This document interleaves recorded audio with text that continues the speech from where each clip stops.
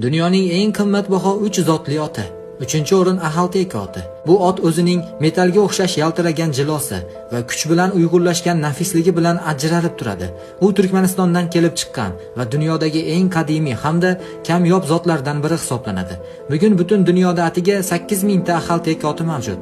Uning betakror go'zalligi va kuch tufayli bitta otning narxi $100,000 dan oshishi mumkin. 2-o'rin Arab oti.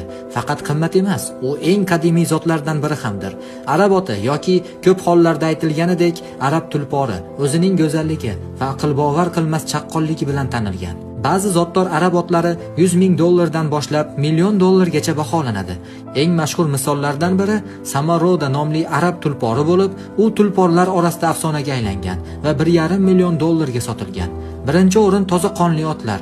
Tarixdagi eng qimmat ot aynan shu zotga mansub Fusiachi Pegas ismli tulpor bo'lib, u $70 million ga sotilgan.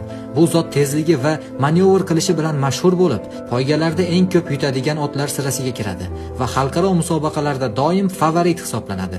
Sizga qaysi zotli ot ko'proq yoqdi? Fikrlaringizni izohlarda yozib qoldiring. Yangi videolarni o'tkazib yubormaslik uchun kanalimizga obuna bo'lishni unutmang.